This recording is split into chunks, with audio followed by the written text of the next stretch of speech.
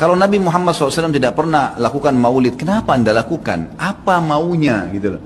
Tanya coba, pasti mereka bilang Nabi nggak pernah lakukan, para sahabat tidak melakukan. Sampai saya pernah berkata kepada beberapa teman yang sudah sampai pada level ustadz-ustadz, kiai-kiai yang mereka masukkan, saya bilang, akhi, tolong datangkan kepada saya satu saja pendapat, tidak usah dari para sahabat, tidak usah dari para tabi'in.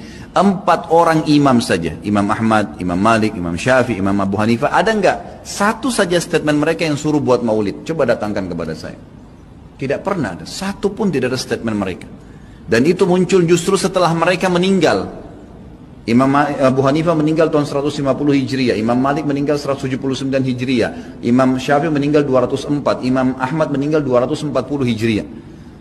Itu munculnya maulid di tahun pas Imam Ahmad terakhir tuh, 10 tahun sebelum meninggal, 230 Hijriah oleh orang-orang Syiah yang ada di Mesir. Itu mereka lakukan. Karena mereka mau mencontohi ya, yang dilakukan oleh orang-orang Nasrani merayakan hari lahirnya Nabi Isa alaihissalam. Banyak orang bilang ini kan cuma untuk syiar. Syiar akhi, sampaikan sejarah Nabi Muhammad SAW. Sampaikan majelis ilmu, bukan dengan membuat-buat yang Nabi kita tidak lakukan, gitu kan? Saya sarankan, jadikanlah Nabi Muhammad SAW betul-betul sebagai kiai Anda. Kalau mau kerjakan sesuatu, tanya, Nabi Muhammad SAW kerjain nggak? Kalau enggak, cukup. Kita nggak lebih pintar dari Nabi SAW, teman-teman. Dan boleh diutus untuk dicontohi. Yang diperintahkan saja sudah padat, sudah banyak. Untuk apa buat-buat lagi? Udah banyak gitu kan? Dan anehnya teman-teman yang buat acara maulid ini, subhanallah, banyak sunnah Nabi yang ditinggalin. Banyak, melimpah sunnah Nabi gak dikerjakan. Banyak sekali, kita temukan kukunya masih panjang, hal yang kecil. Istrinya belum pakai jilbab, dia masih belum datang ke masjid sholat 5 waktu, banyak. Rame-ramein aja pada saat acara itu saja, itu pun tidak ngerti apa itu acara. Datang, baca salawat, berdiri tengah-tengah, padahal dianggap ruhnya Nabi SAW sedang lewat tuh. Itu keyakinan mereka itu.